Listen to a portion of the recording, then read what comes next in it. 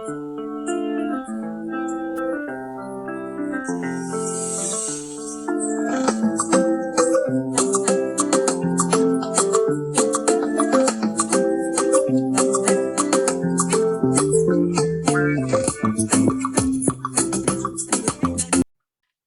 thank you everybody for coming in. We're just gonna give a little bit more time to get some more people in. Got my books. Got my book. We're gonna be talking about summer fun and an even balance, a bit of poetry, habit of writing. You all share out on your pages, let everybody know we're here. So we can go ahead and get started.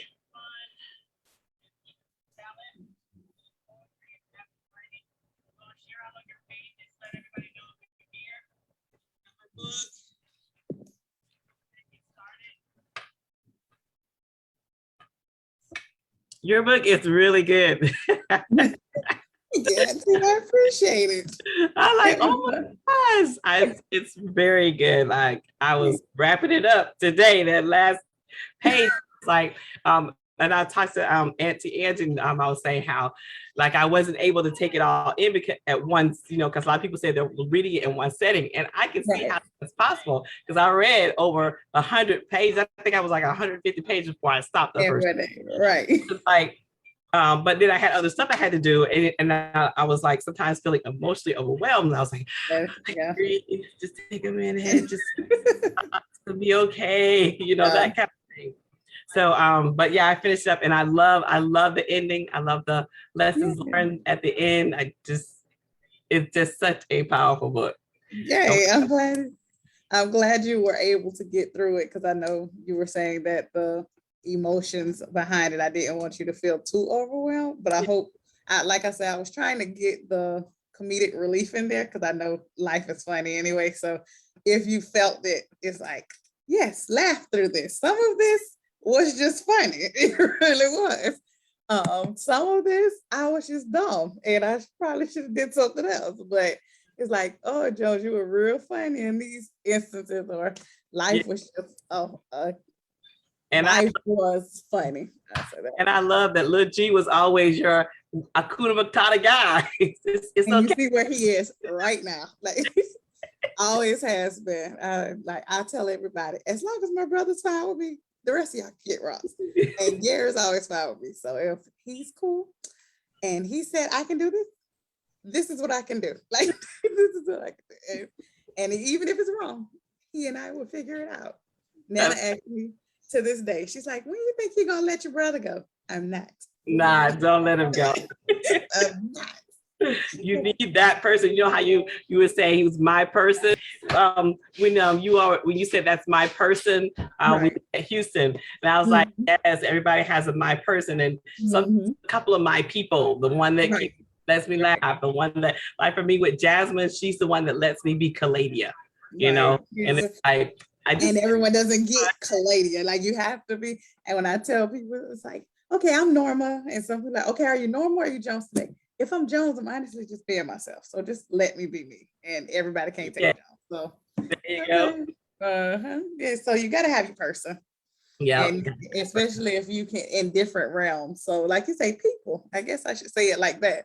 Because he has been my person. He has definitely been my person since I met him. But my siblings are my people, and that is my family. Yeah. Let's go ahead and get started, because it's 6:17, and anybody who comes in after, they'll just have to catch up and they can replay. Because there's a lot to talk about, and I know we're not going to be able to get it all in. But we want to welcome you all to our book talk. We're talking a virtual book talk. We're talking about overcoming to become. We're talking about being authors, writers. We're talking about our work today. And so if you have questions, definitely put those in the comment section. We'll do our best to try to get those answered. We got some people that are going to help us with that, but we just wanted to have a conversation about our book. I just finished reading Norma's book. It's Summer Fun. Don't let the thickness here fool you. What's on the inside? Oh my goodness. It is power packed. It is full. It's so full of life, and it makes you feel alive, you know. And even if I believe, Norma, I'm so convinced that even if a person hasn't gone through the specific things that you've gone through, just reading your story, hearing the voice that you put in it, it makes you feel alive. Like it's very, very powerful. I definitely wanted the voice to come off the page. I'm just trying to tell you, it was like, you know, you can read a book and it's like, oh, it was good. But like, you can read a book and say, oh man, like that was powerful. That was amazing. Because you feel those ranges of emotions. You did a phenomenal job with writing. Even to the fact, like the cover is like, it's so duplicative of what's on the inside. Like because when I look at this, I hope you're not offended, I see like a slight distortion, you know, or there's I don't see quite clearly it. You can't see it like totally focused. And so the lessons and the things that you're sharing in the book are just that. I'm seeing this through this lens. It is what it is. It's not all the way together pretty, you know, but it's just what it is, right? And it was like even the cover is perfect. And then like how you didn't necessarily write in form. You didn't say chapter 1, chapter 2. So you got these little pauses. And I was telling Auntie, I said, just even the style that she wrote it in just goes well with what she wrote. Right. Yes. Well, I'm glad you could say all of that about it, because I honestly just opened the computer and typed. Literally. And then the chapters, the 3 sections, I guess, I was done writing, and right before I hit print, I was like, oh, I guess I should try to break it down somehow. And I just said, oh, well, I'll break it there, and I'll break it here, and then that's it. So I was like, I don't want it to just be one big thing, but that's honestly what it was. Yeah. So it's like your story. It's your storyline. So it's going to go through and through.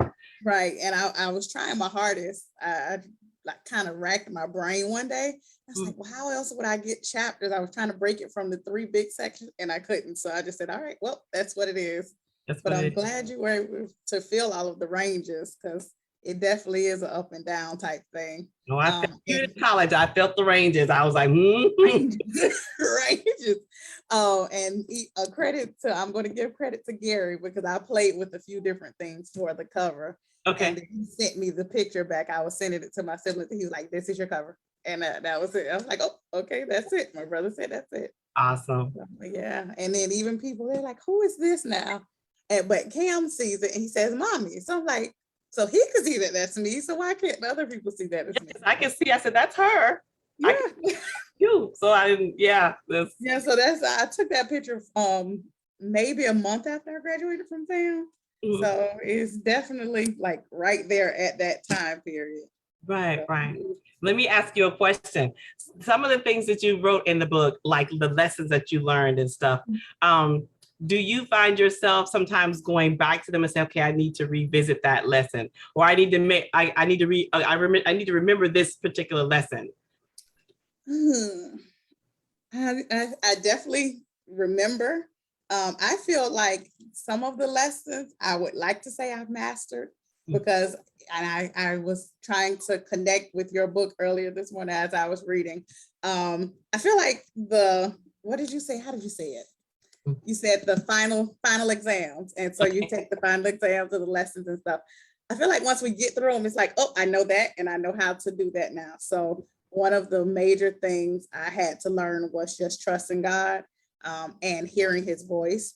So I feel like I don't go back. This is what I know. This is what I know works. I know I'm not going to go back to what got me into this situation. Right. Nope. I'm going to go and continue to move forward. So I don't feel like I wrestle with the lessons at all. I know I get new lessons on the daily. I'm definitely going to get the new ones and the new trials and tribulations, but I try to incorporate all of the old stuff, because if we don't incorporate what we already quote unquote learned, God is going to continue to give us the same lesson. It's like, hey, how are you going to get through this one? Yep. So no, I don't think I wrestle with them at all. Yeah, I hear you. And so it's like you share in there what made you write, but share with us online what made you decide to write. What made me write? So my students honestly have been my greatest motivation. I just feel like they benefit or would benefit from hearing a quote unquote success story, because they see me as someone who has made it. And coming from an environment which is the inner city, I can inform them that they're not the only ones going through real life. They come to campus and they're broken every day. It's always someone, and they come to meet a event. I really pull them into my office. We got 30 minutes. You got 30 minutes to cry, yell, scream, whatever. We're going to do it right here. And then when the time is up, we have to go and get grades. So it's 3 students who honestly served as the greatest motivation. So I broke down my first year and told them my life story. But it's like, I can't keep doing this. We don't have time. We have stuff to do during the day. Right. So I opened my computer and I'm like, okay, if I start from the beginning and just explain and give my entire heart, this is the type of things that I went through. And I'm still Miss Norma. I'm still who you see today. I'm still the woman who you feel is a success. And you can be too. You can be whoever you want to be. So that's honestly what was the driving force behind getting it all on the pages. And trying to be, ma'am. You did an amazing job. Thank you. And that's how, on paper, and to do it with such clarity. Yeah, you know, because it's like, okay, how can I get them there? I need you to see, feel, hear. And I did my best to put my all, just me in it, because I know the story is the story, and this is how I saw it. Right. This is how I experienced it. I know everyone else has their own perspectives, right. But I also wanted to make sure I was including me, my mistakes, my hiccups and failures, because if we don't include those things, then it feels like, oh, well, everyone else did this, and this is why the outcome was what it was. No, you play a major part in you. Now, the formative years are detrimental because they can make or break you. They honestly can. Right. But if you don't pull your own weight in your life, then right. your life will be what others said it could be or would be. Right. So I wanted to share those things because I feel like on campus, I hear a lot of adults sharing with the children, but we don't share our truth. I feel like we don't share. I failed physics. I failed chemistry. I got a D in chemistry in high school. Right. And you're not the only one who's struggling through a subject. Right. I was not going to class. Like, you're skipping class in high school. I was skipping class in college, and I chose to play spades instead of go to class. Right. But you can today make a better decision. Like, me skipping class is not saying, oh, that's what you should be doing. No, right. I did it. And then I had to learn to do better. Right. So that's why I try to share and be as real and raw in it. Yeah, because I need them to really feel it. Well, if they're reading this book, it's an because like I know in your earlier years, there's only so much you can take, you know, you're in the situation with your parents, your family, whoever, but in your college years, you owned up to your part of it. And right. I'm proud of you for that, like for being able to say, hey, this was me and this is where I was messing up. And even when you were doing the volunteer to help the teenage girls, and you're like, we were one little box away from one mistake away. So, but yet, yourself in that position actually was probably something that helped you to not end up there. I feel like that was a plus or bonus to be able to volunteer in that. I like too that the thread in your life was about you experienced a lot of where you volunteered, you did volunteer service, you know, things of that nature. So that was really good because it definitely forms us into nice, greater leaders. What you were saying about serving your country, and I'm like, girl, God was grooming you to be a leader in his kingdom. Right. Your country, yeah. The country, so right. The kingdom of God, so that you can really help, because it breaks from I'm trying to stay focused, but like for me, it was breaking things in me. Okay. You know what I'm saying? And I was in that mix too, where my first husband was on drugs. Same. And so the experience from that side you know, Right. holes and the tender spots there were Mhm. things that I had to deal with when I was reading your book, but it was releasing me, you know. Right. So that's why I say it's very powerful, because it's a whole meal. It's not a Right. snack. It's not just too much vegetables. It's not too much steak. It's a balanced Everything. meal. It's gonna meet everybody's needs. And I thought that's what really, really resonates with me with your book. You said a lot of powerful statements. And I'm like, oh my God, she just needs to have like a group study thing where she does this, and people will be empowered and people will be set free just by, Right. you know, and finding their truth. And then even where you're talking about the accountability part, own up to your part of the crap now, you know. Because you held some of it. You did some of this. Yeah, yeah. And I felt like that was, I don't know, in the Even Balance is what I was reading. I did not read your book of poems yet. I've got yet to get to it. But today, this morning I was reading and I'm like, and the entire thing was just trying to get to an even balance. Like by the time I got to the end of the book, it's like I've gone through so much turmoil, and they did this. And okay, if I could just get to a space where I'm on my own and I can take care of me, Yeah. and I find what works for me, not for everyone else, not for what you all are comfortable with. Right. So by the end, I feel like I achieved the even balance, and to this day, I'm living and I am very happy. But I always like refer back to my year in Tallahassee. I lived by myself for the first time, and I had to find out how to live alone, and it was one of the most amazing times of my life. It really was. Like, it was not decorated, it was not glamorous, but it was just me in my 1-bedroom apartment. Right. And it was peace. It really was. Yeah, so I feel like that stay was my even balance. Ma'am? Sometimes we just stay right there.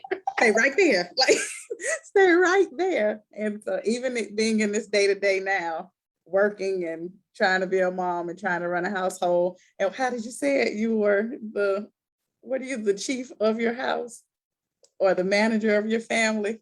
I'm like, oh, I'm there. I'm there now. Management. Yeah. I've heard that.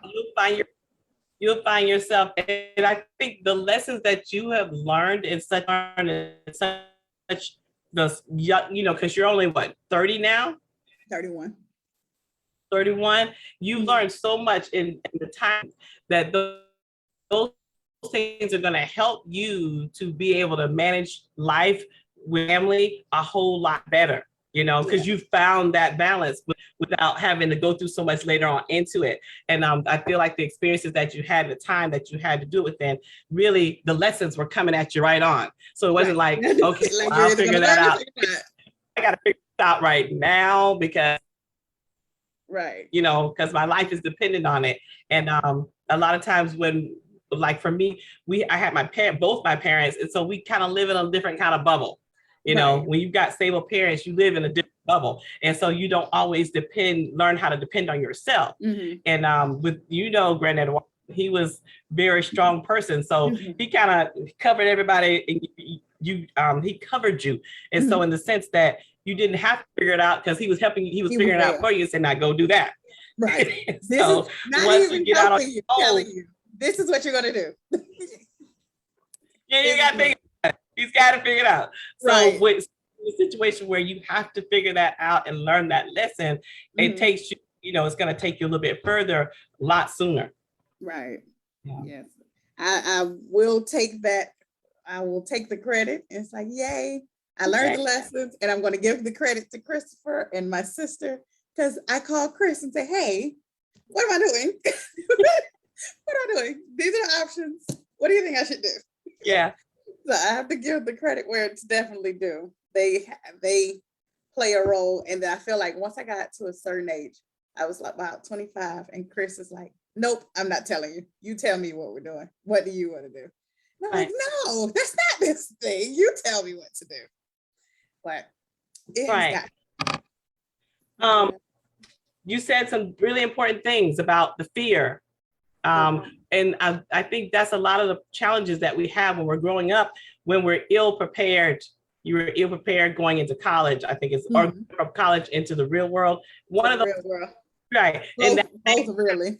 sometimes in the college, going from high school to college, some kids are prepared to go into that. And then that's a lot of times when they're making those choices that aren't conducive to, moving right along or being focused. But those are really critical points in our lives that really determine a lot of times how we're going to pan out, if we don't catch a hold of ourselves.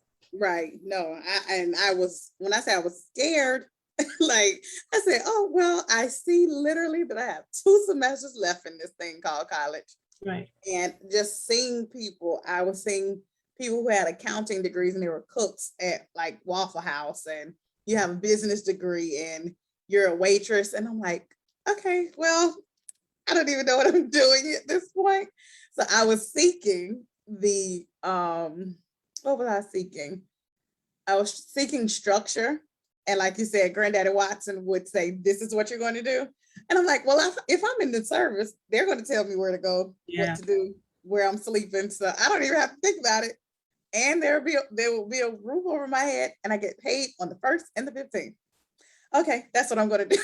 So that's where I was, because I was so scared. I'm like, we've been in school our entire lives, and now they're saying just go get a job. And on my account, I didn't work through school. So I'd never had a job in high school, didn't work through college. Wow. And then when I was looking for a job, everyone was like, well, where's your work experience? Or why haven't you had a job? I'm like, I've been a student. So now I was a student. Yeah, I've been a student. So now I'm trying to work, and everyone was giving me the runaround. So I'm like, nope, I just want structure at this point. So I don't care. And because I've never been the person who struggles with authority, it's like, you said do this, okay, I'll do that. So the service made sense to me, even though I was never that person. Right. And especially with your uncle having been in there, and you saw, well, he's okay, so it makes it easier to, and he's okay. So he's definitely okay, and he makes a decent living. He makes a beautiful living, honestly. And then especially when he called and like was able to make sure that they got me through. And when I say they rolled out the red carpet for me, they rolled out. I got there and people met me at the front door, and they're like, "You're Miss Pruitt, right?" I'm like, "Yeah." How do you know that? Like, I literally hadn't walked through the door yet. Okay, well, we know you're Commander Judge's niece, and we're gonna just escort you this way. I didn't stand in line. I didn't like wait. They just let me go through. I did have to take the test. I did have to weigh in, but it was also irritating because why do you have to know that I'm Commander Judge's niece? Treat me nice. You just treat me nice. Right, the preferential treatment thing, one of the perks, right? One of the perks, but they gave me the runaround at first, and man was like, $265. Okay. And then he just stopped answering my phone calls. And I'm like, I'm trying, I'm working, but you haven't even told me what my goal is. I'm trying to lose weight. And then what was that, a month or so later, Uncle Berger said, they'll be calling you in 2 minutes. And he literally called me in 2 minutes. Wow. Miss Pruitt, we weren't aware of that. You shouldn't have to be. Why shouldn't have to be aware. Yeah. He's like, he was like, well, he's a hard worker, so we just figured you would be a hard worker. Yeah, but other people are hard workers in the world too. Right. Just because so it was interesting. Yeah, because that's one of the things that's why I believe that our world is lopsided, because of those kind of things, where there's preferential treatment here. And of course, when we're in God, we get preferential treatment, but it's like, if we're all supposed to just treat each other in a way that's fair and just anyway, and he wouldn't have to intervene because you're being unjust or you're being unrighteous. He's only intervening because you're not doing it the way he said do it. Right. Yeah. So it's the Lord loves me and favor isn't fair. So that's nice, but that's with the Lord. And like you say, everyone should just be nice to everyone, and you should give everyone a chance. You shouldn't judge based off of what you see, how I look, what you think I'm capable of, who I know, what I'm capable of. You don't know what I can do. Yeah. So when I lost the weight, what was that? I think I lost 86 pounds in 10 months. And I remember that. Like, you really did that? Yes, I really did that. But you don't know what I was capable of. Just Right. Give me a chance. Exactly. So I would hope that he took that experience and gave someone else a chance. That would be my hope from that experience. Yeah. Yeah. I agree with that wholeheartedly. Yeah, not just me. Let's see. I text them and let them know that if we get cut off, we'll just go back in, and it'll. Okay, so we're gonna go right back into this one. Yeah, you'll go back in, and then we'll share it out. You say something. Listen, you say so much wisdom. If we wallow in who we are in our lowest moments, we will never recognize our greatest potential. There are so many quotes that I can pull out of this book. And granted, I know there's some that we've heard before, but it's to have it in a book like this where kids are going to be reading it, they need to hear it from someone.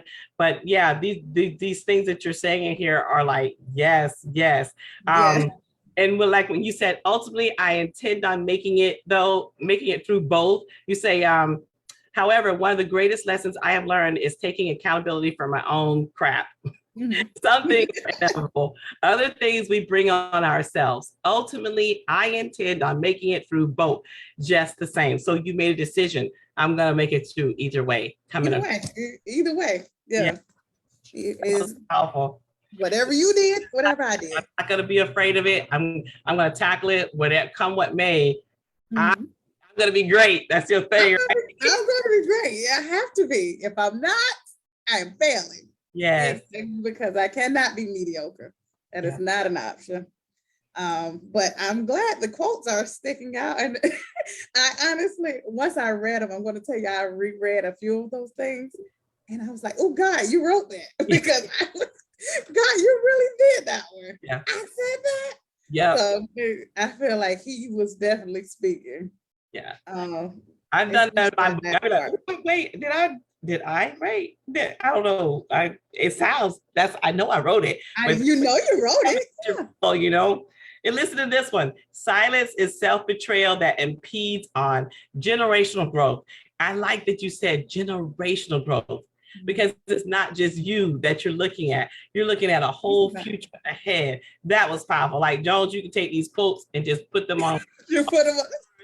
Put them on a calendar and have a quote a day. Put them in a devotional book and just have it, and put a little something like for real, or do little cards that people buy and just said, just encourage myself today with this one. Somebody needs to hear it. Yeah. As audible something like that was powerful, because silence is self-betrayal. You say that it impedes on generational growth. So you're looking at your future, you're looking at your son, you're looking at your, how is this gonna, because it affects, but what people don't understand. If we don't know, if we're not talking and telling, it's like, so how do they even know what to do moving forward, or what happened in the past and how that affected them? So it definitely, I feel like the generational growth has to happen, and we're stuck, especially being from our community, from African American community. If we continue to just sweep everything under the rug, we're not going to grow, and we're going to continue to repeat. Yeah, so it was so amazing. I was so happy at the book signing. I think Aja was recording, and she captured that moment when I said coming from an African American household, what happens in this house, and everyone actually completed it, stays in this house. And that is definitely, I don't even know where it came from. I don't know who said it. I don't know what age I was when I learned it, but we know that's what it is. Yeah. So you just hold it, and if it's going to hurt or help, and it's not going to, if it's going to hurt the household, then you just keep it to yourself. Even if it's going to help you grow individually, just gotta hold it. But talk to God and move on with life. But I feel like if we continue to do that, then who's going to know that, hey, some of this stuff is wrong. So some of this stuff we probably shouldn't do anymore. The children are not okay. Right. Children are okay. I know we as adults, we're making decisions that we feel are best for us, and what we need was, we have children in here, and hey, this is how they're feeling. Like you say, even dealing with the emotions of being the wife of someone who was addicted to drugs. It's like, you were going through something. but the kids were going through, like they had their own thoughts and emotions behind it too. And we just don't sit back and think, what could they have been experiencing? Because it's like, no, you're the child, so I tell you what you're feeling. It's like, no, they're human. I got real feelings. They're human. God gave us all feelings. And my great aunt called me and she was explaining to me, I think it was about a month ago, and she said, I'm so sorry because we were trying to help your grandmother through what she was experiencing, but we never even considered what you all might have been feeling and going through. And it's like, if nothing else, if you didn't take anything else from it, going forward, let's think about what the kids are going through. Exactly. Like let's think about how they're feeling. Yeah. So I really think that we won't, when we're reflecting, or we won't reflect if we don't tell the truth. Right. So we have to, and we have to get out of the, I feel like the being naive, first of all, and then like while we're sweeping things under the rug, I think we're being very fake. Like, you know, such and such is going through something, and you know that is not okay over there. But if everyone stays in their own corners, we're just going to pretend that everyone's okay. No, we're not. And someone probably should talk to somebody. Everyone should talk to somebody. Definitely. Something you just said that really, let's think about this. If it's going to hurt the family, well, it is hurting someone in the family. Don't tell it because it's going to hurt the family. But it's hurting the family anyway. We're deteriorating from the inside. So you know what I'm saying? So if nobody ever steps in and does something, the family is going to really break apart. There's going to be real struggles in there. So that's one thing, and that I think they don't realize, that it's going to hurt the family though. This is dysfunction. My decision to leave my relationship with a 5-year-old, 4-year-old, and 5-month-old was just that. I can't do this.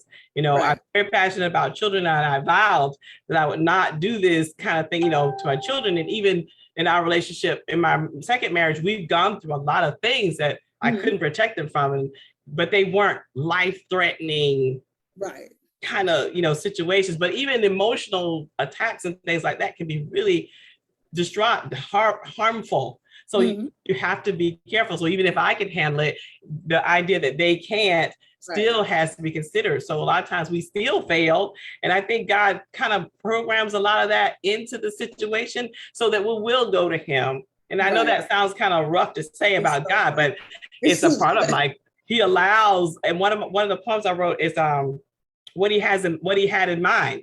And at the end it says, flawed for his great purpose, exactly what he had in mind. Because if life is always good, of course, never really just run to him like that, but it's like, it'd be a lot to go through, and to trust that you're going to bring me out on the other side, yet to trust that it takes faith, that faith that he puts on the inside of us.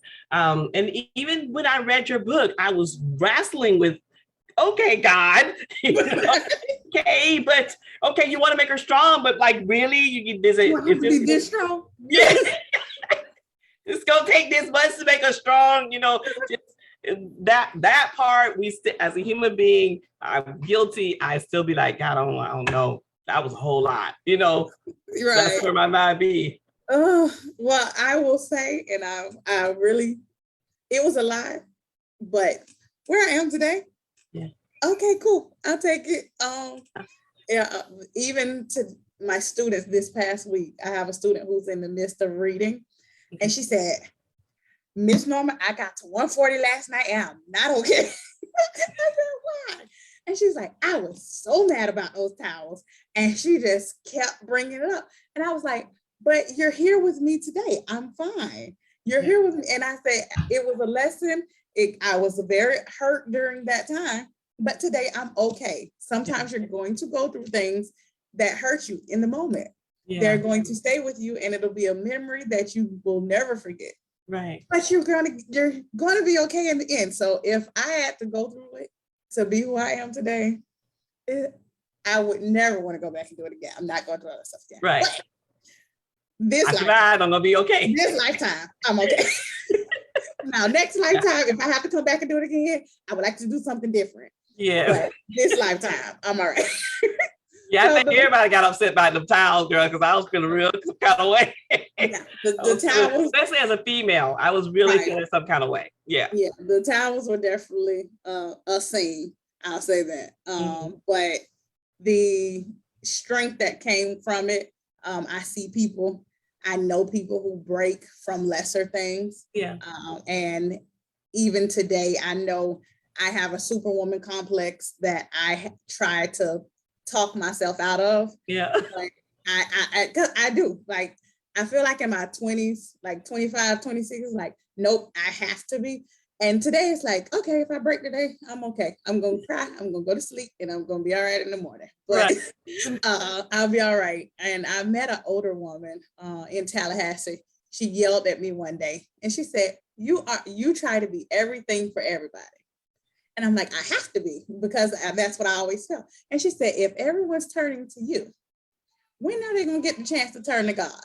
And she just broke me down so much. Oh my gosh. That's good. Since then, I try my hardest to just step back. And it's like, and I'm not superwoman, because if I feel like I can do it all, then when do I turn to God and say, hey, I need some help here? Yeah. Hey, I'm not okay. Yeah. So I feel like I try to do that more, because I've always had to do it, even in thinking I was superwoman. But I feel like today I just say, hey, you know what? I don't have this, God. So it happens a lot quicker versus me saying, I can do this, and then saying, no, I can't do this. So the superwoman, I'm her, but I'm not. Yeah, I think, and I don't know if that's something that mainly, I would say that it happens probably to men too, but women tend to be that because we're dealing with, the nurturing part. So even me, like trying to step away from, no, I don't have the answer.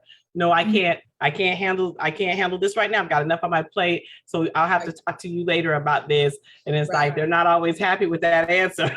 Not at all. I'm not sorry, but I hope that you're able to get something figured out, because right now my time is mine and I need to utilize it to maximize what I'm dealing with or what I'm having to plan for or whatever. It's my time to do whatever with, and trying to take that back. Even if it's nothing, even if I'm not planning for anything, it's my bed and probably just 5 seconds of rest. Yep. And that's what I have right now. That's what I'm doing.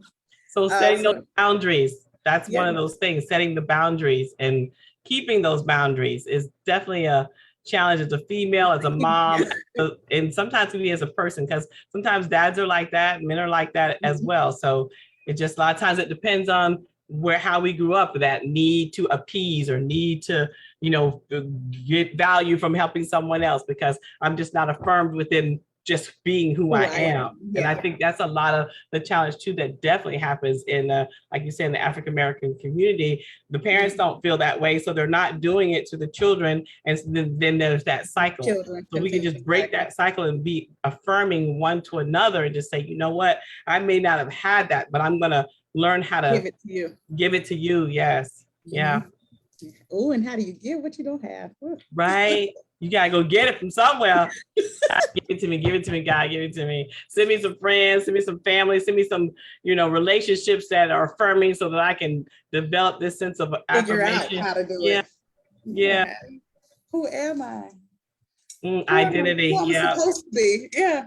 Yeah, we talked about that last night on the authors discussion, and I think you talked about it somewhere in here. I put on there that about that, where you shared something, and I said, yeah, that's identity. Oh, where was it? Girl, I got so many notes in this book. I started writing notes on other pieces of paper. Really? And I'm like, right, and you were sending me your notes, and so I'm doing it here, and I'm upset with myself because my handwriting is so ugly. So now I'm like, oh, I'm just destroying the pages because mine are destroyed. I got notes everywhere.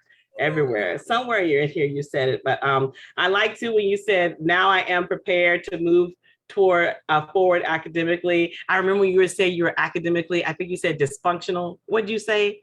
You said something in the beginning when you first went off to school, you didn't know how to study. I did. And wow, you said that, and I was like, wow, that's what do you mean? Huh? Oh, we're getting comments. What are some things you went through that you haven't exposed a lot? Even just dealing with a question that was asked is, what are some something you went through that you haven't exposed? Wow, a lot of different things. And there were a lot of things, a lot of fears about, especially when I was in my first relationship, the fear of what's happening, that I lost the whole sense of trust. And even now in our family of, it's 8 of us, it was a lot. And just only growing up with a mom, dad, and brother and sister. And now I got a whole household. I love my children, but I was not intending on having 6 children. Like, that was not my goal to have. I wanted to be a business person. I was like, hey, that's where I'm going. And I wanted to be a lawyer, and I bought the LSAT book and I started studying for the book. And literally, it seems like every time I picked that book up, I got pregnant. And I was like, what is happening? This is not cool, God. Like, don't you love me? Don't you know I want to be a lawyer? What is this, I'm having to deal with? I still have that book today. It sits on the bookshelf. I have not touched it in years. I think I even had one of your kids to pack the bookshelf when we moved from the other house to here, like 7 or 8 years ago, because I was like, I'm not touching the book. I just, I just watch Murder, She Wrote, Perry Mason, all of them. Be happy. Just be happy. Just be happy. So that was one thing. That was hard for me. I remember being scared to tell my parents that I was pregnant again for the 6th time. That was a lot of emotion. And we were living in a double wide trailer, and I walked to the back because I was like, honey, I gotta call them. After a while, I'm gonna start showing. And I'm married. I'm married, guys. I'm married with 5 kids. And I'm afraid, immensely afraid to tell my parents that, like, how am I going to get around this? I felt like a child that was in trouble. Right. And because I was in the process of going to college and everything at the time, but I felt like I was in trouble. And I remember walking to the back to the laundry room area, and I called, and my mom answered the phone. I said, okay, it's Mom. I got a chance. Go ahead and have a conversation. And I would tell you, the writing, I felt it all. And I think I cried this morning when I was reading it, actually, just because I felt like I was there with you. Yeah. And I could honestly resonate. I was definitely, as a full-time grad student, I don't have a job. I'm living rent-free. I have the nerve to be pregnant. And having to share it with my family. And then even all the way down to the abortion, like, I was there. And so my entire life, I was always, not even always, I'm pro-choice. Ooh, do whatever you want to do in your life. Right. And so I always said, I never wanted kids. I'm not having kids. I want to be the greatest auntie God ever created. Right. This is what I'm going to do. And God allowed me to become an auntie when I was 16 years old. So, okay, God, you did it already. So this is what we're doing. And as soon as I got pregnant, just the thought of abortion, it was like, I could do that, but no, I'm not doing that. And then I was mad at myself because, like, well, Joe, you always said that this is what we could do. And so reading your experience this morning, I was like, oh my gosh, that is exactly what I was feeling. I felt you in that. The shame, how do I tell my daddy? I drove to Tampa to tell my daddy, and he whispered, Jones, no. When I told him, so it was definitely a hurt feeling, and it wasn't even my 6th child. I was grown. I got a question for you. Someone said, did you ever talk to your siblings about how they felt about the towel situation? We've had a conversation recently, and my brothers were like, oh, I do remember that, because they're like, oh, I feel like the way they protect themselves is not remembering everything. I remember every single detail of everything. Right. They will push everything out of their head. So my brother, he just said, oh, I do remember that. And that was just it. My sister, however, it reignited, I guess, the emotions that she felt as a child. Right. So we've had an intense conversation about it since then. And she talked about how it she made sure she brought her own towels coming home from college. Right. And we were trying to make sure we had the nice towels so we could see, like, I don't need towels that's here. I'll bring my own stuff. So I feel like we experienced the same thing or felt the same feelings. But maybe I was just the only one to say, hey, this bothered me. Yeah, and with the situation the way it was, babe, I can hear you over here. With the situation with the extra part of it, having your menstrual made it more intense. So you know what I mean? So it definitely would probably would be a different feeling for you than maybe your brothers. Right. Because they have that experience and can't really probably relate to what that would be like. Yeah. You know? Yeah. Yeah. So I feel like Tyler and I were definitely on the same page. My brothers knew that it was not okay, but it was like, okay, this is just life and what we have to deal with. And I feel like I've heard that a few times, even as I began to age and going off to college and coming home. It's like, hey, this isn't what I want to deal with, so I won't come home as often, or I won't be there as long. And then they say, well, you know, this is just what we have to deal with. No, it's not. Right. It's not what I have to deal with. I would choose not to deal with it. Right. So that's the beautiful part about growing. So you can, like you say, set your boundaries and hold to them. Yeah.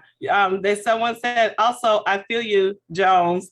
You have to also think about, who do I turn to if everyone is always turning to you? You have to take care of yourself as well before you can care for others. True. Yeah. Lessons that you learn slowly in life. Yeah. Even to this day. Because people tell you, and then, but it's one other thing. Once, you know, sometimes you can learn from them or from watching it, but sometimes there are going to be those lessons that you just have to experience. You have to get through. Yeah. It's like, oh, you should have learned this from such and such. No, well, I didn't experience that and see how it felt, how it works for me. So I have to go through it as well. Right. But now I could say that one of your first questions was, have I gone through or am I revisiting lessons? I feel like that's a recurring one, because now as a mom and now as the manager of my home, it's like, yes, I'm tired. I've worked for 8 days in a row. Right. Yes, I would love to just lay here, and I honestly don't have anything left. Yeah. But I have to find it from somewhere, and let's just get through it. DoorDash, no. No, let's just y'all got something we didn't have. We didn't have DoorDash and Uber food and all that. Not even Uber and food. Nana laughs at me because she's like, you and this air fryer, like, we didn't have like just that quick technology, just throwing meat in there. I'm like, yeah, and that's gonna be my quick meal tonight. Every piece of meat that I pull out, it's probably gonna be an air fryer. And we're gonna eat it and we're gonna go to bed. And it's definitely healthy though, not cooking also the grease all the time. Let's talk about grandma in the book. I heard that part. That was another part that was touchy for me, because there didn't seem, like you said, she was concerned more for her child than for her children's children, and not really. So I was trying to, some parts of me wandered into her past. Has she shared with you that things that may have been in her past as to why she may have responded the way she did? Because it would seem like, or that maybe she knows something about Audrey that other people didn't understand. And so it was like, I understand where she's at, so I'm just gonna try to cover her in this. No, so I have had a conversation with her since I've been an adult, and she has it's not like this happened in her past. I feel you just know something that we don't know. So you have to, and so that's been my thoughts, especially as an adult, as being a mother now I can resonate a little more. Okay, that's your baby, no matter what. Right. But I just feel, okay, you know something that we don't know. Yeah, that's what stays in the house or what stays secret. Yeah, she's like gonna carry that to her grave, kind of thing. Right. If her lips are sealed, because I'm like, there's got to be something she's not telling that she knows. Right. For her to be okay, to seemingly be okay with just trying to, okay, let me just kind of help her get along through this moment. Right. You know what I'm saying? One of the To things tolerate it. It's a lot of to toleration. tolerate, yeah, it's the tolerance. One thing that she's always said is it was for us because she wanted us to always have a relationship with her, no matter what. So she just said that was her sacrifice, trying to make sure that she had an open door for her, to make sure if we wanted her around or if we wanted her to be there. And so, like you read in the book, my sister and I responded differently because my sister definitely wanted her there, no matter what. At least my mother's here. Right. So that was Nana's. That was my grandmother's response to it. She just said, "Oh well, I want her to be able to come if you want her here." So that was her tolerance of it, and so I appreciate it. And she said she always wanted us to have more of a positive thought process or outlook on her. And even if it wasn't positive, if she was available for us, then she wanted us to have an open heart towards her, basically. So that was her response for me. And I tell her I appreciate it. But it's not just the open conversation like this happened. And I know that's not going to happen just because I know that's the generational differences. Right. So I and feel maybe like one day she may be, maybe one day Audrey may be willing to tell, because even with her, when I look at her and her situation, and I feel whenever someone is in a deep pain or deep cycle of self-inflicting, it's something that has traumatized them and they don't feel worthy anymore. Right. You don't just decide, oh, I want to go ruin my life. You ruin your life because you feel like your life isn't worthy of living. And so it's something more happened that really traumatized her. And I do know you shared some things with me, but that was, she never got the help through the process, through whatever she experienced or something, for her to keep wrestling with it. And I do know that drugs are very strong because, like I said, my ex-husband, it was a stronger thing with him, but he is like not, he's past that now. You know what I'm saying? So I'm sure he's probably taking it one day at a time, but he's not still doing that. So at some point you develop a sense of, I'm gonna be okay. I've got a support group, or I've owned up to my part and dealt with whatever. But when we're not able to get that, the therapy really that we need to process through the hurt and the pain that we've experienced, then we start cycling. We start cycling downward, and it just continues to go downward. I tried to touch on that at the end, because I feel like for the persons who have read it, excuse me, and that was one of the very first questions I got. Hey, where did this, or excuse me, how does she feel about this, or what was the backstory on that? And I can't tell the backstory. I don't know the backstory. The backstory isn't mine. I can tell all of my story, but like I said in the book, the backstory isn't my responsibility. All I could tell is what I experienced as a result of backstory. As a result of it, but the backstory isn't mine. I have nothing to do with it. I got another question for you. Norma speaks about her step grandparents, the Waltons, reaction toward her growing up. But how does she feel about them now that she's grown? Were they there for her in the end? Like, how did that relationship change? That relationship definitely matured. I love my grandparents. I always will give credit where it's due. So like you speak in the book, we had a strong foundation, and thank God for your strong father. So he raised my strong father. But my granddad, I feel like I had a very special relationship with my granddaddy. I would say middle school, he kept referring to me as his favorite grandchild. And I kept looking at him like, why would you say that? Like, it's a million of us. Why would you say it? But he just kept saying it. But I always felt like once I got past like those initial years, that he was trying to give me more love, like just abundance of love that I wasn't getting everywhere else. So I felt like that was definitely important for me. Relationship with my grandmother, I feel like it was different because, you know, she wasn't as affectionate, I would say.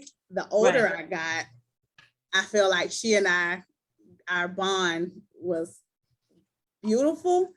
Yeah. We went through something, what year was it? I was like 26.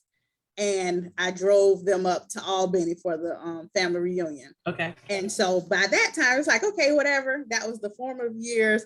They were just getting together, and then I'm an adult now. So I've always been here. I'm the grandchild. Right. And so we got to, we weren't in Albany, we were in Fort Gaines. And one of their childhood friends asked her how many grandchildren she had. And she said, oh, it's 18. I think it was 18 was. And so Auntie looked at me and she said, is that right? And so I started counting. And I said, oh, yeah. And I said, well, if you're not counting Mikkel, but I know you're not counting Mikkel. Yeah. So then she kind of looked over at me and she said, oh, yeah, well, if you count the stepchildren we have. And so she kind of threw me in there. Yeah. And so I feel like that was the last thing. That one hurt, but I do know that she has a different type of thinking, like she's very literal about her thinking. But our relationship was beautiful. Yeah. Even having the opportunity to drive them up to Fort Gaines. But that day it did hurt because like, I'm the grandchild. I drove from Tallahassee to drive y'all. And you don't call me a grandchild. And now you say, like, you're calling me and saying, oh yeah. It's like, I've been here for 30 years. But our relationship was cool. And then even on the last day, it's interesting to me now because my son's name starts with the C, and one of my mentors kept saying, oh, your grandmother passed, you're gonna have to name him something that starts with the C. But I didn't do it intentionally, but it just ends up being what it is. Right. But that was the last conversation I had with her in the hospital. The day that she passed, I went home to tell everybody that I was pregnant. And so when she was in the bed, I'll never forget it because she wasn't really responding, but she was there kind of just looking around. And Auntie Angie said, no, I'm pregnant, y'all. And she sat up and looked. I was like, well, she heard that. If nothing else registered, that one registered. So it was like, okay, well, grandma knew. Yeah. But our relationship, it definitely grew from what I spoke on in the book. Yeah, and then I can relate to her with the other grandmother. They were in that time frame where, you know, you just kind of kept it all under wraps. You know, they didn't toil up the ground at the right. Yeah, and that's a sensitive spot to be in. But it's so important that we love on and affirm like whoever God puts into our families. Right. It's just as long as He put them there, that's family. You know, and you treat them that way and you love on them because He's trusting them to you to love on them for Him or for whatever they're lacking wherever else. He wants them to be there because you've got enough to give it to them. Right. And that's what I say, like Granddad, I just felt like he was just giving me extra love. Here, I have it. Here, you can have it. That's what I always felt. Yeah. And that's why I say in the book, family is either built or by blood, because family is family to me. You say that. Like if it's not blood, okay, cool. But that's family. And I don't need you questioning as to how we're family. Just know we're family. Right. Just a quick, some people joined in. We're talking about Norma's book, Taquandra Jones, her pen name, Summer Fun. Okay. And then we're kind of touching on my book, and Even Balance. So we're just having a book talk discussion. Very powerful, very, very powerful book. I would definitely recommend you. You can order it directly from her. Summer Fun Books. It's with a S or just a book. Summerfunbook.com. Summerfunbook.com. You can order directly from her. Of course, when you do order directly from us, we get more of the profit from it, but it is available on Amazon, but it's www.summerfunbook.com.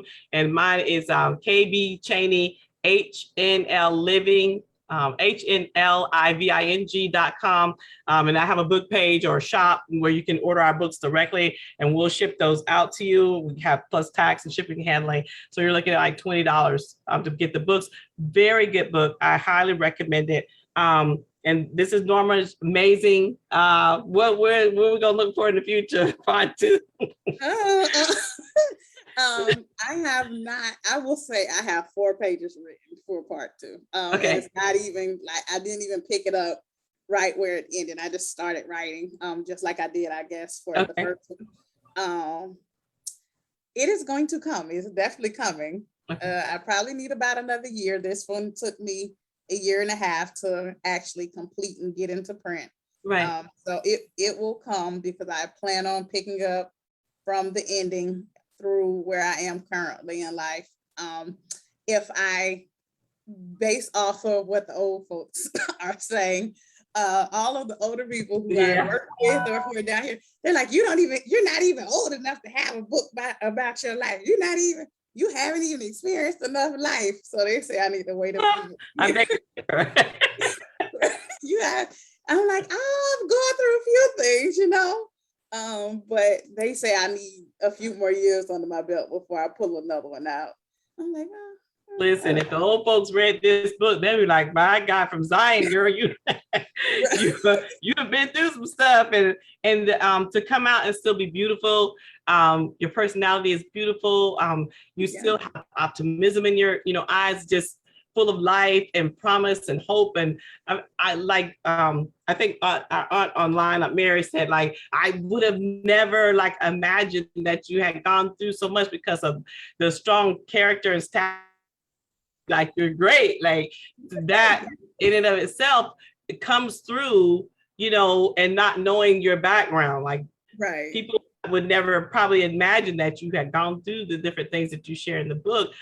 Even in college, because I was there at your graduation. I said, she ain't saying I came to her graduation. But we was there, me, Sid, Audrey, we rode up, we all of us made it there. But when those times are like, wow, like you would have never thought, but you came through like shining like gold, you know what I mean? Yeah, well, thank you. I feel like they say pressure makes the diamond. So it was the pressure that definitely brought me here. And then they say you can't judge a book by its cover. So that's the only thing I can say. You have to read it. And then even just me, like you just said, and like Aunt Mary said, oh, you always seem so happy. It's like, a lot of people seem happy, but they have to go back home to whatever reality is, or they have to step out of, and some people step out of meetings and go and deal with whatever turmoil is on the other end of the line. Right. So yeah, you just never know what people are going through. So we have to treat each other as we would want to be treated. And then ask. I don't even know because I ask people all the time, that my students get mad because I say, how you, I always say, how your life? I think that's how I usually say it. You living? Yeah, how your life? How you living? Yeah, what do you have going on? And actually care to listen, because we're so programmed to just say, I'm fine. It's like, no, you're not. And we can see it. And to have a conversation, or even just a relationship enough to know when people aren't okay. Yeah. So like at the school, like I say, I pull my students into my office and give them 30 minutes to just decompress. You don't even have to say anything to me. If you don't want to know, that's fine. Just sit in here and you figure out what's going on, and let's get back to a homeostatic balance, because I can see that today isn't an okay day. Like I this past year, I had one boy show up to campus, and I had never seen him just so calm, I guess. He's usually always the life of the party. And for you to walk in here today and I didn't even know you were here. No, something's wrong. And I feel like with myself, and I spoke on my 4th grade teacher, like she never asked me what was going on at home. She never asked me, are you okay? But she always, I felt like she could just see that I needed the extra love. So she gave me the time, but she never said what's going on. And so coming from that household and their background, so I know I can't just tell everybody. Who was that? The counselor from the court system who came would have never spilt my guts. But if Miss Toy would have asked me what was going on, I would have told Miss Toy. Like, I would have told her, hey, this is what I'm experiencing. Right. You had trust, the trust relationship. I trusted her. I really did. And so if we care enough, I guess, to be that person for somebody, right, then we could at least give them an outlet and a place to vent. And then I was told, I think I was in the 9th grade, and a few family members kept telling me, I think you need therapy. And I took such offense. I was like, I need therapy. I think y'all need therapy. I need therapy. But I've always talked to people. I think that's my other thing. I always help to get through. Yeah. Because I talk, it's like, okay, I'm okay now. You mentioned too that I think you had another aunt, or you mentioned 2 other ladies that when you were younger that they couldn't be your mom, but they were there for you a little bit in the book. You talk about that. Huh? I said my aunt and godmom. Okay. So they were there, and they were always, to this day, will always be there. I know it. But it was just different in those visitations, because I want to be with my siblings. Honestly, the rest of the world just doesn't matter, and it's so sad. But if you're taking me away from my siblings and my daddy right now, I don't want to be here. Right. And I enjoy this time, but I also know that I'm going through stuff. And even in you like knowing my situation and you knowing the background, you still don't know what I'm feeling. And then I don't even know if I'm allowed to feel what I'm feeling. Even to this day, in writing the book, like I wrote coming from that age and that thought process and perspective in every age that I went through. And so if I'm saying, oh, that be or that this, even as an adult, I've been chastised for using the language or having the thoughts and feelings that I felt. So I knew at that age, I'm not supposed to be feeling these ways, like based off of where the adult perspective.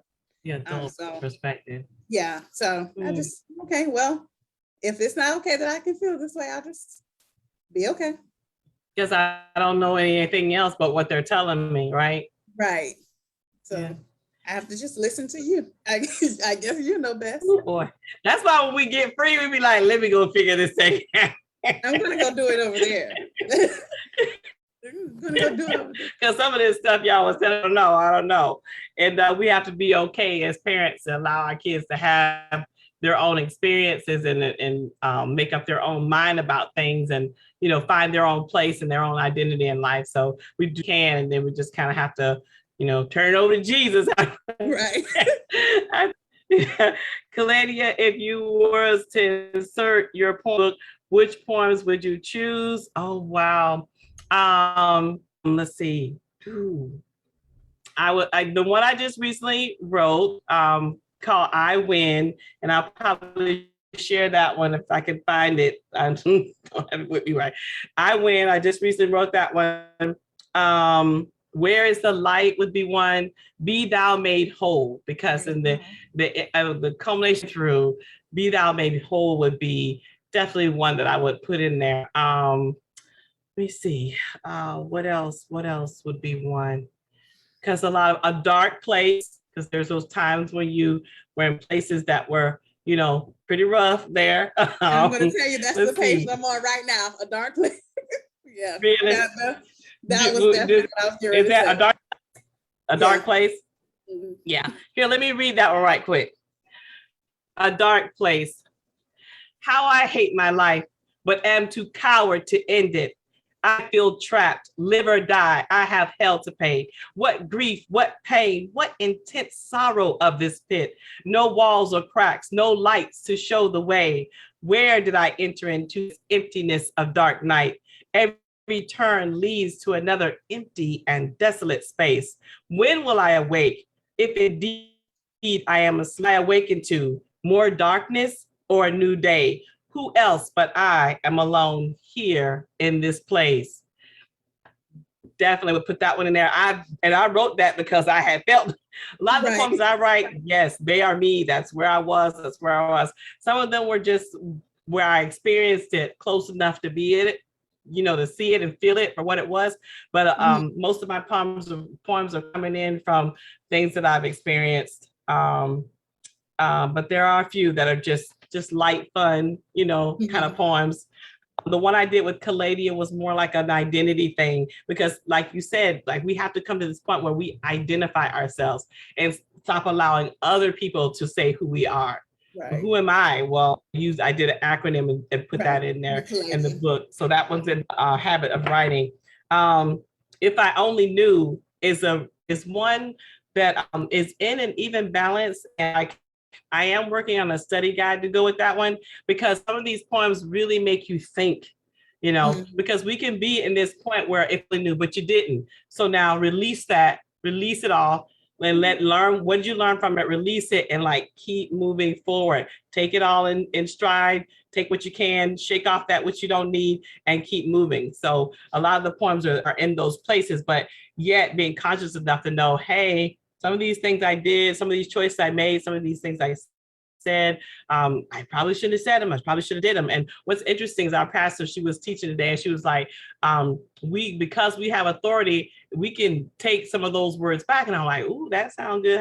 And she says, by denouncing them, I cancel out the assignment of those words that went forth, speaking over things that I've said. I repent for what I said. I shouldn't have said that. And I cancel. What did she say? Something about the dead crop. I declared it be a dead crop, so that it doesn't become fruitful about myself or even about a situation. So I was like, I need to go back and listen to that one, because I want to be canceling out anything negative, right. Anything unfruitful that I might have said. And I have a prayer book that actually talks about that, denouncing words or ill-spoken words or negative, or even I've said. A lot of times we always focus on what other people are saying, but what about that stuff you said that you shouldn't have said? You got to call that back and say, I declare that be not so. So definitely, I did the one about Calladia, because it's like, yeah, I'm going to speak this over me. I'll read it every day if I have to, so that I can put lamp, because we have to have a level of hope to keep going. And I saw that in your book, and especially even in the end, as you start talking about things, there was hope that, hey, life can be better, that I can be okay, that I can survive, and I can thrive, not just survive what happened to me. You're not just surviving the things that happen to you, you're thriving, and that's the place where we want to be in life, where we're always thriving and not just surviving. I just saw another one that I would put in your book. It's called A Masterpiece. I'm going to read that one. Okay. What a mess we've made of our lives, all stained with hurt, disappointment, and shame. Am I good? Yes. Yes. That's all money? Okay. What an entanglement we've gotten ourselves into. The more we resist and squirm, the more we experience great pain. How can we hold our heads up high amidst the mockery, laughter, and ornery disdain? They see our wounds and cast their eyes as darts, only to wound us over time again and again. Be still, I say, and run not from his face. Look up, I say, and witness the beauty of his grace. He knew exactly where we would be. He looked down and saw each of us down through eternity. He sent his son so that while we couldn't see, to be a sacrifice for us and give us his liberty. He has plans for us to love us for the rest of our days. He can heal, restore, and recover. He can make us whole, my friend. He only requires our yes, and watch him work on our behalf. That mess you're in, he will bring order in and create a masterpiece for you to display. Yeah. That's definitely it. And it's I'm seeing my freshman and sophomore year at Cookman, and that's definitely those years. For me, like you say, the shame, not attending class and then having the audacity to miss my academic coordinator. She's my professor. Yeah, but she's my professor, and you have the audacity to miss her class. Go at least her class. And then she would call me into her office, and she's like, okay, let's look at these grades. And so I feel the guilt even going in here, because you have not done what you're supposed to do. And then when I'm going there and saying, okay, yes, ma'am, I'm trying. And she's like, no, but what are you trying? You have not even showed up to class. So I'm trying to have all the fun I can before this is over. And I was definitely having fun. I will say that. But I felt just shame and guilt every day I walked into the science building. And it's funny because I could see that that's us in life. Like, you're not doing what you're supposed to do on a daily basis, and the Lord sees you. Right. It's not just my professor. He's watching you. And then you have the audacity to go to the church house and say, hey, can you show me some mercy and grace? And no, like, now you want to come sit at my desk or come sit at the pulpit and have a conversation. But I've been with you the entire time. Right. So it's definitely funny to me. So that masterpiece definitely fits. It really does. Yeah. What was I gonna? The topic that you kind of kept threading through when you're in college is I'm grown. That grown mindset. So yeah, we go through that, and I thought that when we think what we think is the lessons that we need to hear before we leave home, I think are just something we need to definitely work on being better for our future generations.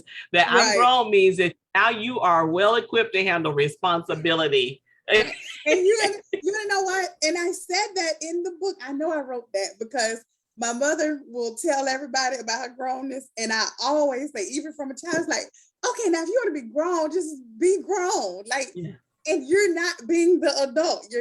And then I got to college and I never even thought about, like, I'm here and I'm declaring my grownness as well. So I was being grown. All the mother. I do what I want, grown, not I'm being responsible, grown. Right. I do what I want. I want to be, and this is what I'm going to do. But even like you saw in the book, my brother pulled the big brother card. I had to figure out, okay, so I'm not as grown as I think I am, I guess. And then it'll last for so long. You said by February we were back to our antics. Like, oh no, here we go again. Chris said it. He called me and he was laughing at that part. He said, sis, you said you went and you were putting up a good fight to be a good student, and it lasted for maybe, he was like, you didn't try hard enough. But you admitted that. You admitted that you didn't know how to be a student, especially like on that level. So I like committed. Okay, when she saw where she was, and that's the most important thing. When you're seeing where you are and knowing, hey, and then maybe you didn't see it then, but you saw it when you wrote it. That's we got another question. How did your dad handle you messing up in college? We know your dad valued education, and we know. See, I'm gonna tell my part first because like I couldn't have did what you did. I was too afraid to do what you did because I understood that there were some consequences. I think I even jotted some notes about it on here. Like, failure was not the option because you might have not lived past the next semester. And I remember I was up at FAMU and I was in calculus and the teacher gave me a D. And y'all say, well, she gave you, you earned it. No, she gave me a D because I kept all my homework assignments. I kept all my quizzes. I kept all my tests and everything. And I said, I got at least a B in this class, right? And so I was a D. I said, well, I must have failed the even if I failed the final exam, I should at least have a C plus. I was making A's and B's on the quizzes. So, and so, this is Christmas time. So you get the grades and then that spoils the whole thing because they're looking at, I said, listen, I promise you, I even had my stuff because I had taken it home. I said, look, mom, dad, look, and they know me to be a good student. I always made A's, B's, graduated from high school with 4.0, went off to college, earned all that kind of stuff. So I'm like, no. And I had my stuff and they said, well, we're going up there. And Faithful, Frank, and Carolyn drove me back to school and we had an appointment with that calculus teacher. And we even went through she was, I don't know if she had somebody grading for her, but they weren't grading them correctly. And sure enough, I had made a C- on that exam. And it was hard. Calculus is really hard, but I had A's and B's on the quizzes. But I made a C minus on that final exam, and I like, see, I told you, but Frank Callan, I couldn't, I couldn't have no more fun for the holidays because they saw this D on my card. I'm like, she messing me up. No. So now, being that we know who your dad comes from, my dad, same dad. How did your dad handle you messing up in college? You know what? He took it so much better than I thought he would. He really did. He said, mess up again and you coming home. That was literally our whole conversation. Yeah. But it wasn't a pretty speech, was it? No, like it was a rough speech, wasn't it? It wasn't. That was it. That's all he said to me. And I got off the phone and I was like, well, I'm not doing that. I refuse to go home. So now we got to figure out how we can get a few better grades at least. But he didn't. He literally, I was so prepared for a speech. I was prepared to be cursed out. I was prepared for it all. Like I know at some point he's going to get a hold of it.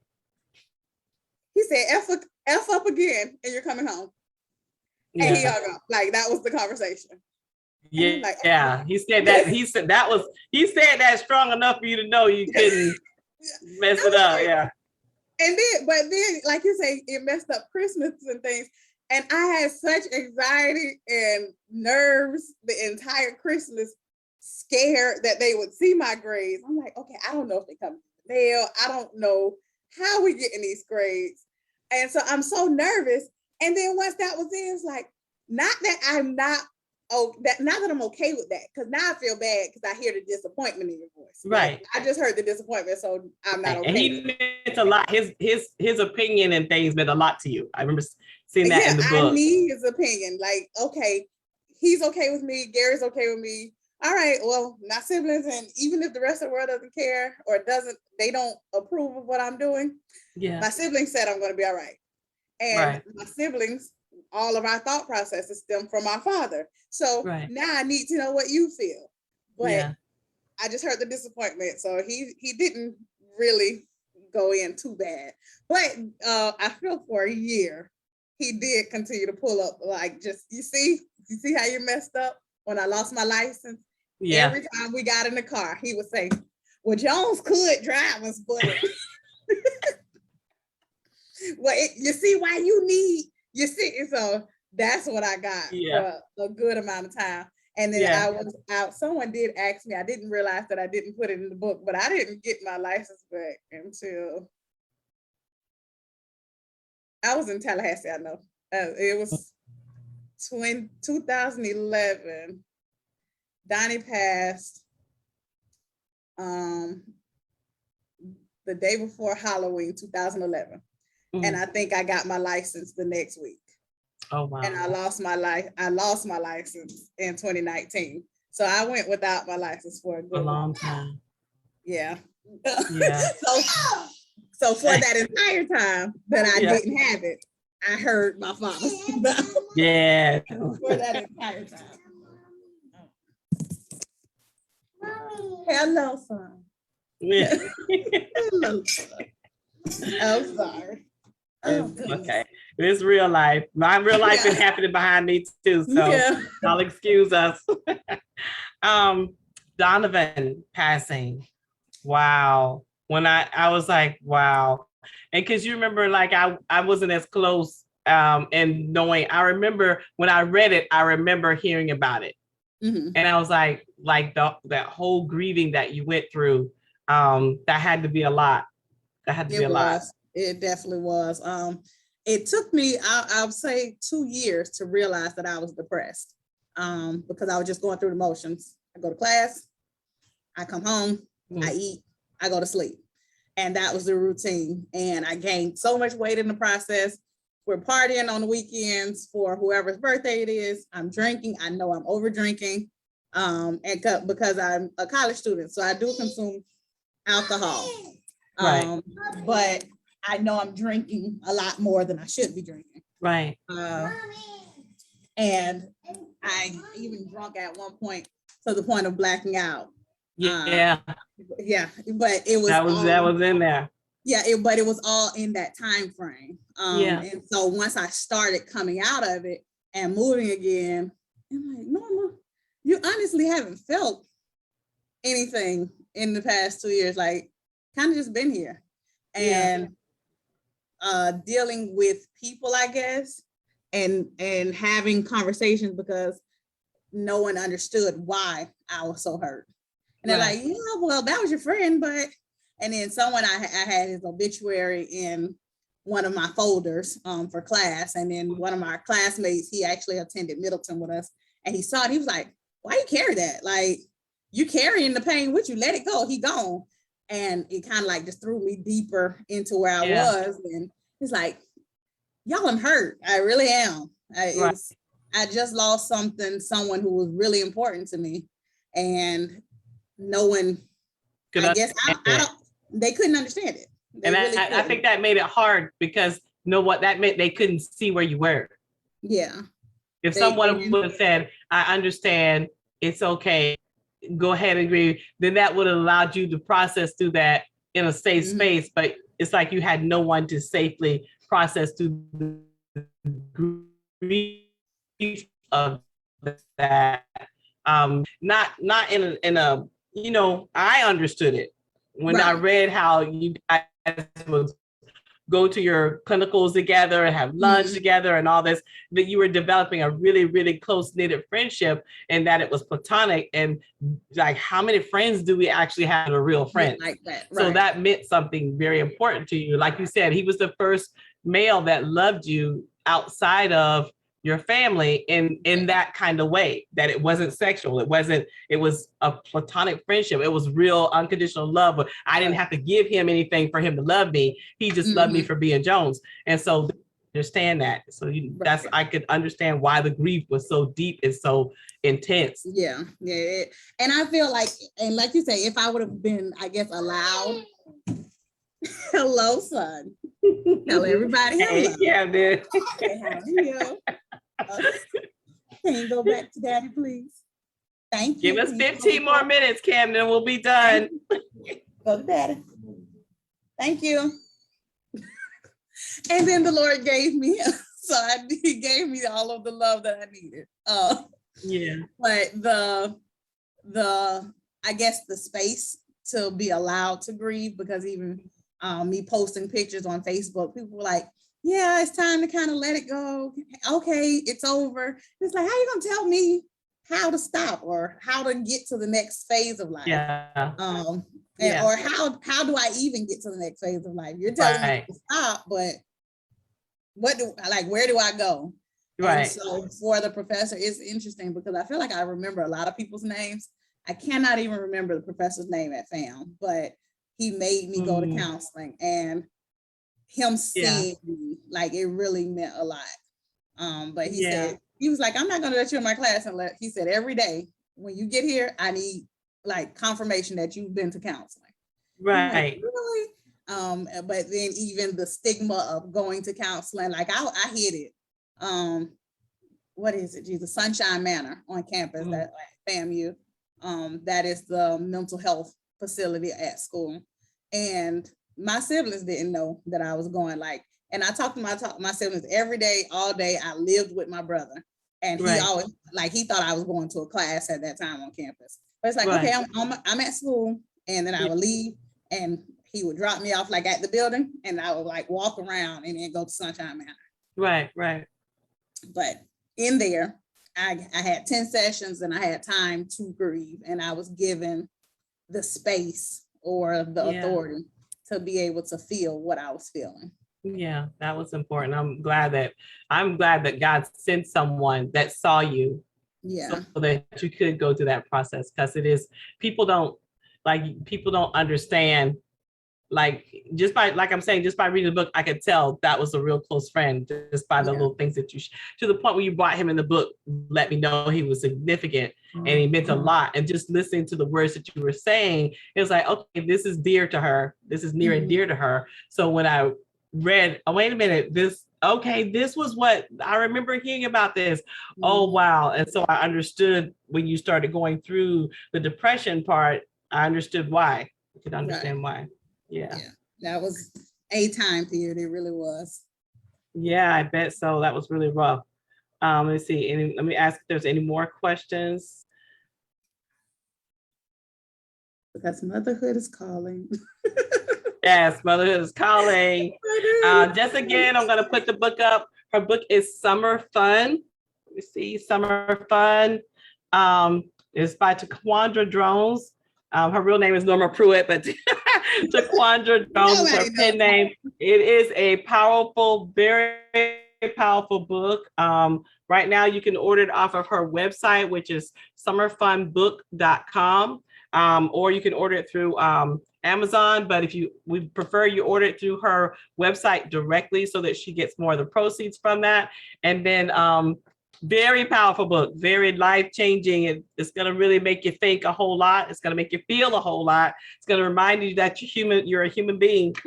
And if you don't feel anything, then maybe you might not be human. So you might want to check yourself. And then I have 2 books here, The Habit of Writing, some very powerful poetry that's in here that also makes you think, makes you wonder, makes you cry, makes you laugh, gives you hope, inspires you. It's a poetry collection of 45 different poems. You can get mine off my website, or you can order it through Amazon, preferably through my website. And then my book for my wisdom life lessons and even balance. And both of mine are $14. But by the time you do everything, it's $20 for shipping and handling. And then hers is $20 as well. You do sign your copies when you mail them out, right? Yes, ma'am. Yeah. So they will be signed copies if you order directly from her, which is awesome because we're going to be great. Yes, we are going to be you great. Want to sign copy of some great books. Keep looking for us, supporting us, sharing with your family, sharing with your friends, to let them know that, hey, good read. I'm having the book talks because I believe they're important. A lot of people, like you mentioned this once about how a lot of the kids aren't reading, and we know a lot of that deals with demographics, but overall, we don't have enough reading. But if we're listening to book talks, then it's going to stir up, it's going to inspire us, make us want to become inquisitive to read. I think the talks are good because it's stirring up the curiosity, it's stirring up inquisitiveness, it's saying, oh, wait a minute, I can relate to that. Let me go get that book and read and get some information that can help me, some knowledge that can help direct my path. A lot of times we're looking for quick, easy fixes, but sometimes we need to stop, slow down, get some knowledge and move forward. And the best knowledge you can get is from people who've been through a lot of these things. So I think it's important that we share these books, get some, buy some as gifts, birthdays, anniversaries, graduations, retirements, you name it. Their books are a great gift. So definitely consider, buying her book. Or buying my books, or buying all of our books. Yeah, buy our books. Buy them as a collection.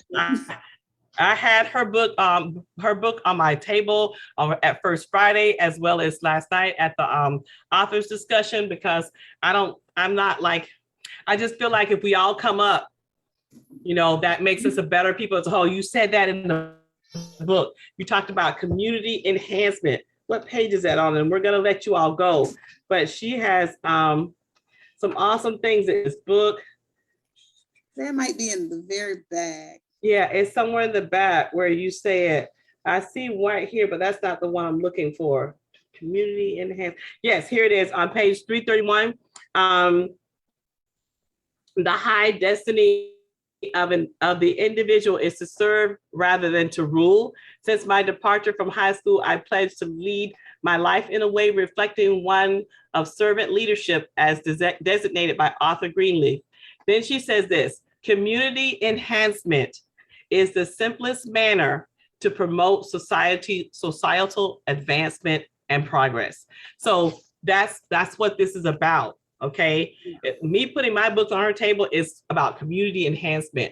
Me sharing, even the young lady who's 13 out of Chicago, her painting on my table and trying to promote her to be an entrepreneur as well. That's community enhancement, bringing that awareness that there are people in the community that can, that are here and that have knowledge and wealth of information that can share. And is there anything you'd like to say before we close out? First of all, I want to say thank you, Auntie. I have enjoyed this. I feel like we have done a great discussion, and actually bringing and merging the poems into the book.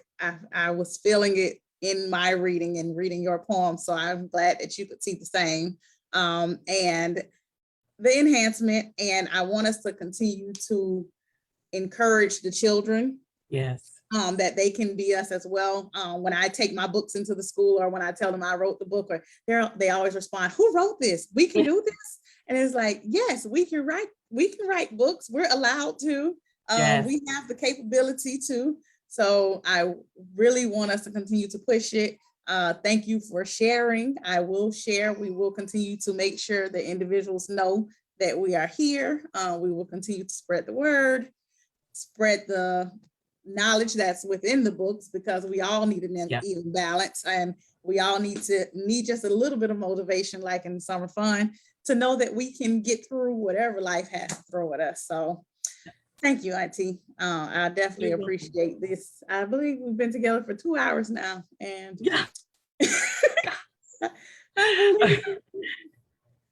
okay, I'm gonna read this last poem, and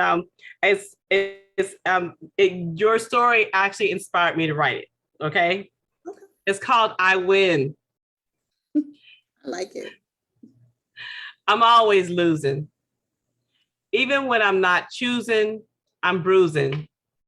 Took a long time for me to stop oozing tears of pain from all the abusing.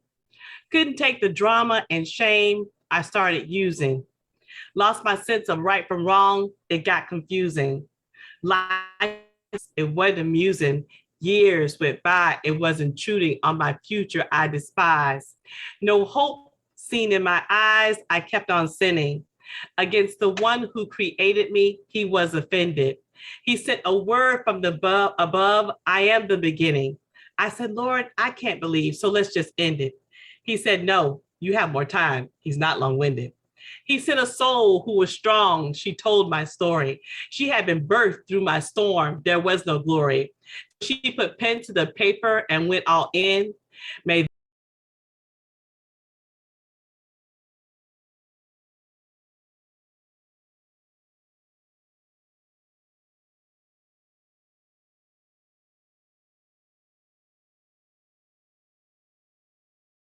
this new beginning be my true win. I'm gonna say it. There. I win. Please forgive me. No, I think you did a beautiful job, and thank you for that. Yeah. I really appreciate that. Yay, I win. So we thank you all for watching. Thank you all for your patience. And all our technical moves and everything. Please share this out on your pages so that people can watch the replays. It's not just about having everybody here, but getting people to hear it so that we are stirring up the consciousness of people as a whole, and moving us through that community enhancement so that we can grow. Everybody doing their part makes a big difference. We're going to say good night to you all. Good night. And we'll post our website on the page with the link here. All right. Night, Auntie. Good night.